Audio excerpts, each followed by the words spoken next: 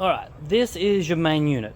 It did have several issues. It was in good condition. The refrigeration worked fantastically. Now, main thing we've done is in the top here, the top two syrup pumps had died. They were just leaking gas. So we priced the new ones of them for you. They were $380 each. So instead of doing that, we removed the syrup pumps and we'll put an extra 2 syrup pumps on the syrup pump board.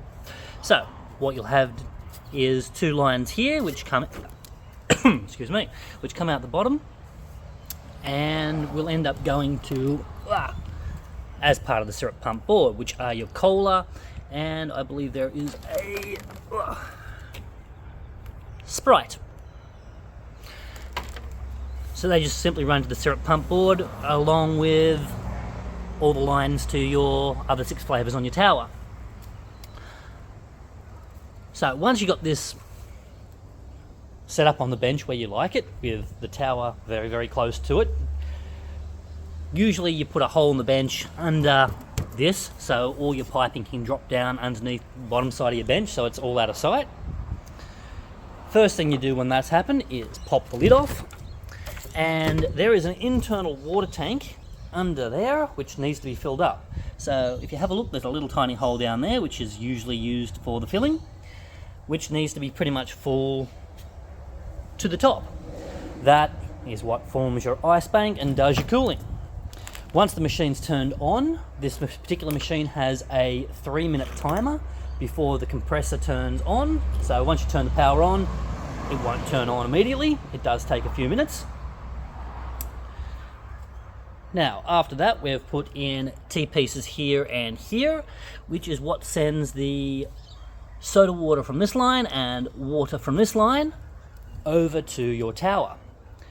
So, the blue lines here, if you follow underneath the bench, which will go to the tower. One is marked water. It simply pushes straight into the end fitting there, which is also marked water. And the other one is marked soda, which is over there and over here. We recommend making those lines as short as possible, because once it leaves the cooling bath in there and travels along that line to the dispensing point, no further cooling takes place. So anything between those 2 points is warming up, and warm post mix is flat post mix. Now we've used the absolute thinnest lines possible, simply to keep the least amount of post mix in the line, so there's less to warm up. Please just keep that in mind. So now you got this put on the bench where it's going. You've got a hole in underneath here with all these lines poking out. You've got the water bath full. The 2 syrup lines run to the syrup pump board. The 2 blue lines run to the water and soda. Obviously the power line plugged into a power point. Don't turn it on until everything's set up. Otherwise you get water and soda everywhere. After that you have 2 syrup lines. Now they are marked. One is marked with diet and the other is marked with squash. These are the 2 syrup pumps that are in good condition, well, currently working inside here. So on the end of these, you run them under the bench to wherever you're putting the flavours, cut them to size, then attach the fitting to the end of them.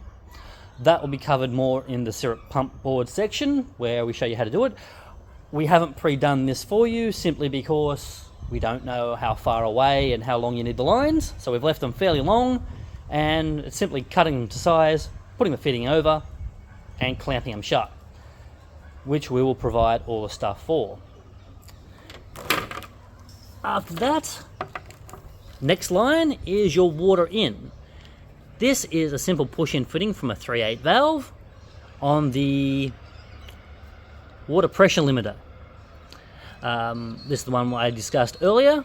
Come from your water source, either a water filter, which you can get cheap off eBay, or if you've got a good water source or a pre-existing filtration, then straight into the end of that, just with a push-in fitting, we'll provide a coil of 3/8 line.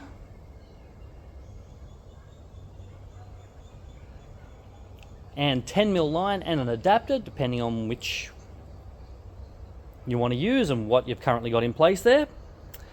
After that, there is only the gas lines that hook up to your gas regulator. One of them is marked carbonated gas. This puts the bubbles in your soft drink. And the other is just marked CO2 gas. This one actually runs the syrup pumps. Now, the CO2 gas line will actually be a T-piece line, because you will need another one going into it to run the syrup pump board. But once again, that will be explained in greater detail on the syrup pump board section. So there's not much. It's actually quite simple. There's several lines that need to be connected up. This is the most complicated part. But if you go through each and every line and just connect them to the right place, they're all clearly marked, it will sort itself out pretty fast.